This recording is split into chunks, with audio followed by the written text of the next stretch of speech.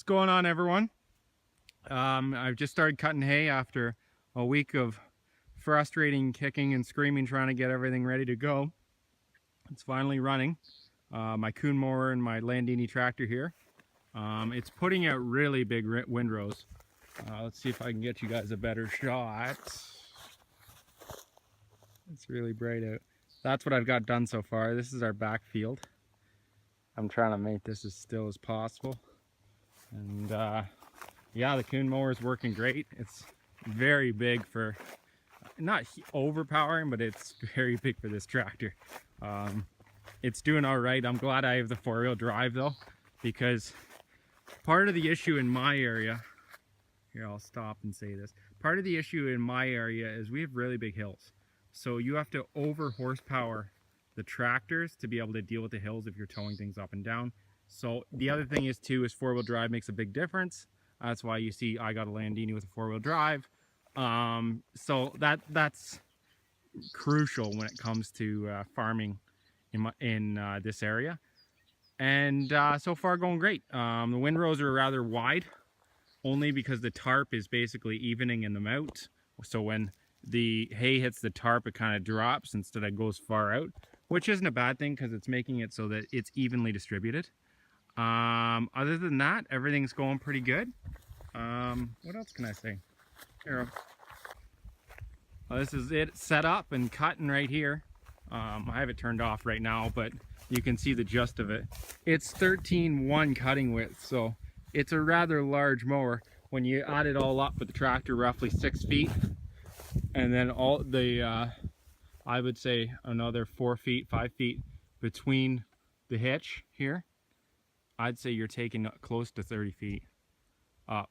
So it's quite the system, but it's working great, so I'm enjoying that. And the other thing I can talk to you guys about is my John Deere mower. I finally got that kind of working and figured out. I just couldn't get used to the sensors, and there's so many bells and whistles on it, but I think I'll like it once I get it. Once I get it going and baling and everything works. It's that learning curve, right? And I talked to you guys about this a little bit before. It's farming is a very, very high, steep learning curve, because even someone like me, who's been involved with it, not intensely, but been involved with it almost all my life, and I am constantly being either proven wrong when it comes to agriculture, or not figuring out little things that you think you'd get, but it happens that way, right?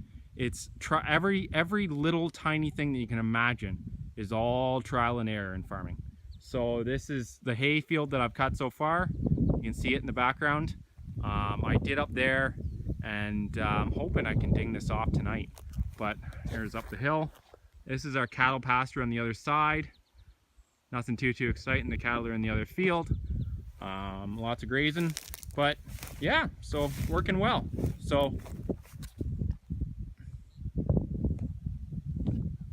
I'm gonna try and get some GoPro footage probably tomorrow, if I can, of me cutting and stuff, and really give you guys the perspective on how it works. So the big reason I got this mower is that hitch. So you can switch it from left to right or right behind you. So that means you can go up and down, and you don't have to do a circle, which is a lot slower. The other thing is this is very wide, so you can do more width of the field at a time. That makes a big difference.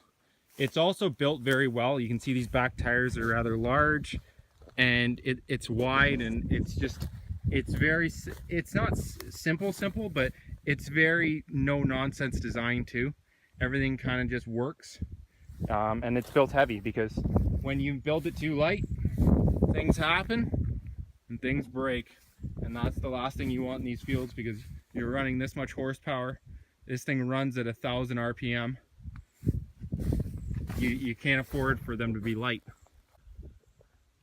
This is Young Gun Farmer 416 signing out for another day, guys.